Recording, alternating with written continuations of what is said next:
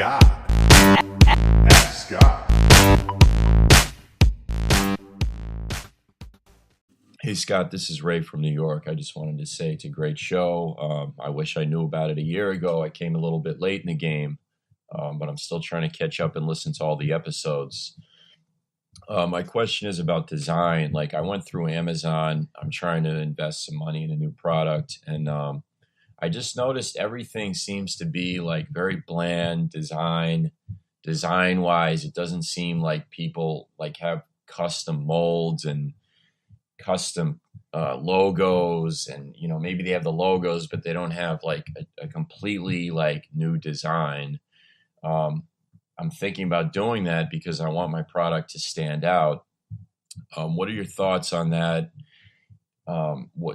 Is this too expensive to do? It's just, I went on Amazon, I was searching through all the products, I did some research, and it's just like they just got it from China and then they put it on Amazon, and there's no difference between what I see on Alibaba and what they have on Amazon. So I thought my product, if I differentiate it by designing it a little bit better, or just because I have a graphic design background, if I do my own Photoshop layout and send it to China, is that going to help me get in the game, or does that just not matter? Appreciate it. Thanks.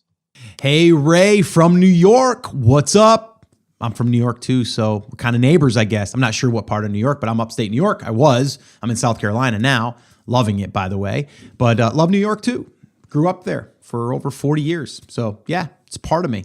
And I love the Yankees. Sorry, anyone out there who's, the Yankee haters. I apologize for that. But yeah, I'm a Yankee. Okay, so to answer your question, this is about graphics. This is about making your packaging look really awesome and to have a logo and to have just really, really nice looking stuff. I'm a fan of that. Okay, I am a fan of that. But okay, I'm gonna throw a little but in there for you. If you're just starting out, okay, and you're testing products, then you may not really want to go through all the trouble and the hassle and the expense of doing that without knowing if the product is going to move. If you're banking on this one product and you want to go ahead and put all of that into there, that's fine.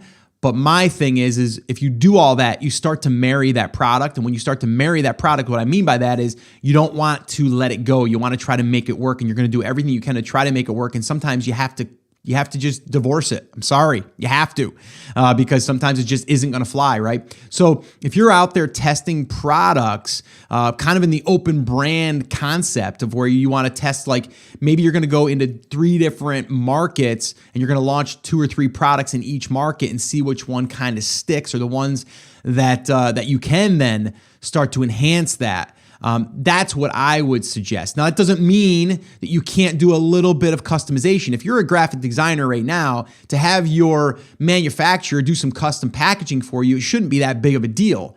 And for you, the cost isn't going to be anything because you're going to do the work. So if you have the ability, you have a little bit of a leg up on a lot of people, that you don't have to go out to 99 Designs or hire a graphic designer. You are the designer. Then I would say go for it. Create some packaging that looks really nice. But here's the thing. I would use their custom packaging. I would just customize it with your graphics, your logos. But I wouldn't spend weeks on this. I see a lot of people, they get so hung up on the one thing, right? Like the graphic or the logo, or even the name for that matter, right? Weeks upon weeks.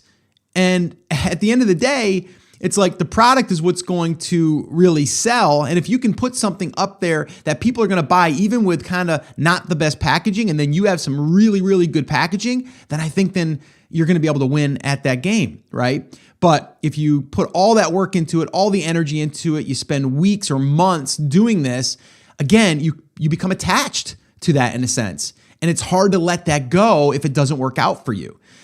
So that would be my advice. Now, if you have something that you know is going to work because you just know it, right? Maybe you've already got a product in a brick and mortar that's selling well there, and you know that it's going to sell on Amazon, or you want it to, but you're going to customize the packaging and sell it in retail anyway, then do it, right? Then yes.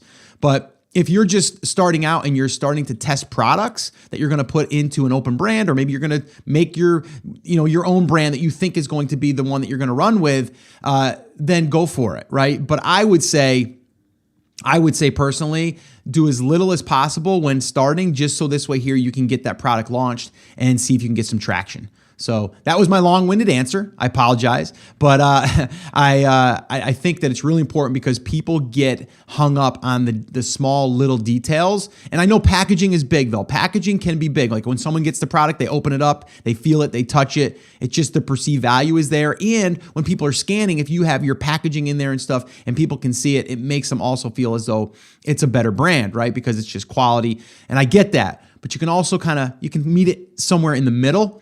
And not have to go all in and spend weeks or months on creating this custom packaging. So hopefully this answered your question, and thanks so much for the question, and go Yankees, and hopefully they have a better year this year than they have the past few years, but I'm still a fan. Thank you so much for listening to that episode of Ask Scott. Now that was just a highlight from one of our full episodes where I generally answer 3 to 4 questions on a podcast. If you want to go back and listen to all of the past archives of not just the Ask Scott session, but all of the full episodes where I do interviews with top Amazon sellers, people starting from scratch and building a business, if you want to listen to any of those episodes, head over to theamazingseller.com and you can find all of that over there. You can also find details there on how you can ask your own question and get it aired on an upcoming Ask Scott session and possibly see it here on YouTube or just on the podcast. All right, so definitely head over to theamazingseller.com. There's tons of resources over there for you to be able to build your e-commerce and Amazon business. So definitely